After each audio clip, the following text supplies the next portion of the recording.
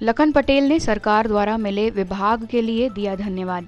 मध्य प्रदेश पशुपालन एवं डेयरी विभाग राज्य मंत्री लखन पटेल ने पत्रकारों से चर्चा करते हुए बताया कि इस विभाग के जरिए किसानों की आय दोगुनी करने का अच्छा मौका है और जबलपुर में बने डेयरी हाउस में सुधार करने और खुले में घूमने वाले मवेशियों से बढ़ रही घटनाओं को लेकर अतिरिक्त आय की योजना बनाने की भी बात कही है।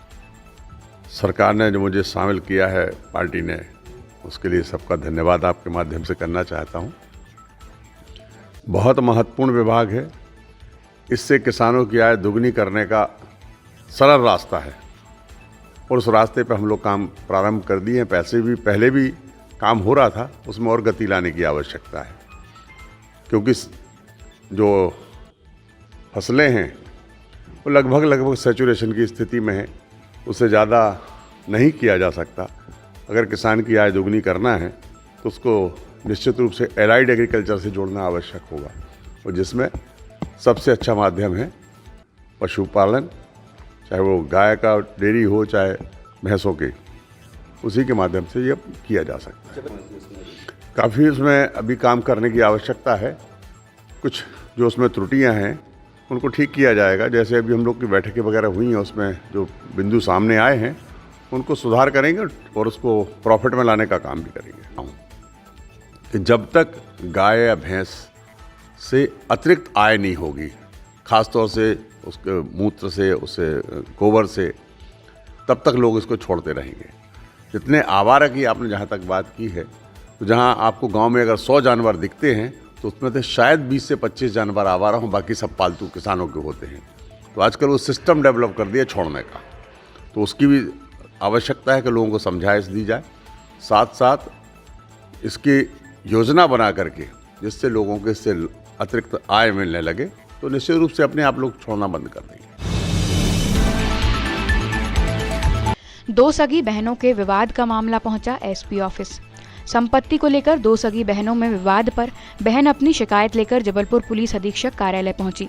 उसका आरोप है कि सगी बड़ी बहन अपने पति के साथ मिलकर जमीन अपने नाम करवाने के लिए उसे प्रताड़ित कर रही है। कई बार शिकायत की गई है लेकिन कोई कार्यवाही नहीं की जा रही है, इसलिए आज एसपी से जल्द कार्यवाही की मांग की है। हमसे बड़ी वाली बहन, जिसका नाम श्वेता झारिया है, पति का नाम ओंकार झारिया है, हम एसपी थाने शिकायत लेकर के आए थे। हम पहले भी एसपी थाने में शिकायत लगा चुके हैं, आवेदन लगा चुके हैं, जिसकी कोई कार्रवाई हमें समझ में नहीं आ रही। हम ये चाहते हैं कि उन पे कम से कम कोई कार्रवाई इस प्रकार की हो कि वो हमें परेशान ना करें और न्यायालय जाएं। उनको अपनी जो भी बात कहनी है, अगर उनको हमसे कुछ भी बात कहनी है तो वो न्यायालय के द्वारा करें। हम किसी तीसरे पर्सन के साथ उनकी बात नहीं करना चाहते हैं। वे दोनों ही हमें आपराधिक प्रवृत्ति के हैं। गढ़ा फाटक में आरोपी से 12 बोतल अंग्रेजी शराब हुई जब्त। थाना लाडगंज अंतर्गत दी गई दबिश में शुभम नामक गढ़ा फाटक निवासी आरोपी से 12 बोतल अंग्रेजी शराब जब्त की गई है।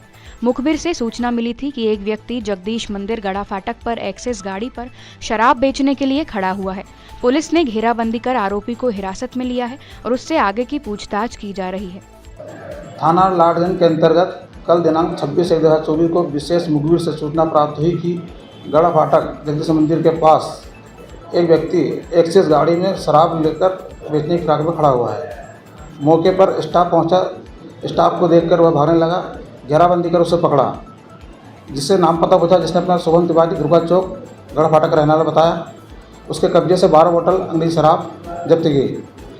शुभम तिवारी के विरुद्ध 34 आबकारी के तहत प्रकरण दर्ज कर विवेचना में लिया गया। चौहानी मुक्तिधाम की दुर्दशा पर बोले पार्षद जीतू कटारे। मदन महल स्थित चौहानी मुक्तिधाम की दुर्दशा और बदहाली का आलम यह है कि आज वह अपने अस्तित्व के लिए तरस रहा है। मुक्तिधाम का टूटा चबूतरा, उखड़े पत्थर, साफ सफाई का अभाव, छत गायब और अव्यवस्था जैसा हाल हो रहा है। पार्षद जीतू कटारे का कहना है कि अब यह नगर निगम की जिम्मेदारी है कि इस स्थान को संजोकर रखा जाए और इसका जीर्णोद्धार किया जाए। आज चौहानी मुक्तिधाम की जो दुर्दशा है वह बहुत ही दयनीय है। ऊपर टीन सेट नहीं है, गंदगी है, सुअर घूमते हैं और यहाँ दर्जनों की संख्या में लोग यहाँ रोज़ आते हैं। उनके दुख में शामिल होने हम सभी भी यहाँ आते हैं। तो जब आते हैं, यहाँ की जो दुर्दशा दिखाई पड़ती है वो बहुत ही दयनीय है। और चौहानी मुक्तिधाम जैसा मुक्तिधाम जिसने संस्कार धानी को कहीं ना कहीं उपकृत करने का काम किया है, कोरोना जैसी महामारी में चौहानी मुक्तिधाम ने चिमनी की भूमिका निभाकर संस्कार धानी को प्रदूषित होने से बचाया है, संक्रमित होने से बचाया है और हजारों नहीं लाखों लोगों को उपकृत करने का काम चौहानी मुक्तिधाम ने किया है। तो मेरे हिसाब से हमारी तो ये मांग है नगर निगम प्रशासन से कि चौहानी मुक्तिधाम का जीर्णोद्धार शीघ्र होना चाहिए। बरगी के ग्राम मजीठा में हुआ राम कथा का आयोजन। 23 जनवरी से 31 जनवरी तक की जा रही श्री राम कथा का आज 5वां दिन रहा, जहां आज राम सीता विवाह का आयोजन किया गया। कथा का वाचन जानकी घाट अयोध्या से पधारे प्रेम भूषण महाराज द्वारा किया जा रहा है। 1 जनवरी को शतचंडी यज्ञ के साथ भंडारा भी होगा और शाम को वृंदावन से आई मंडली द्वारा रामलीला का मंचन किया जाएगा।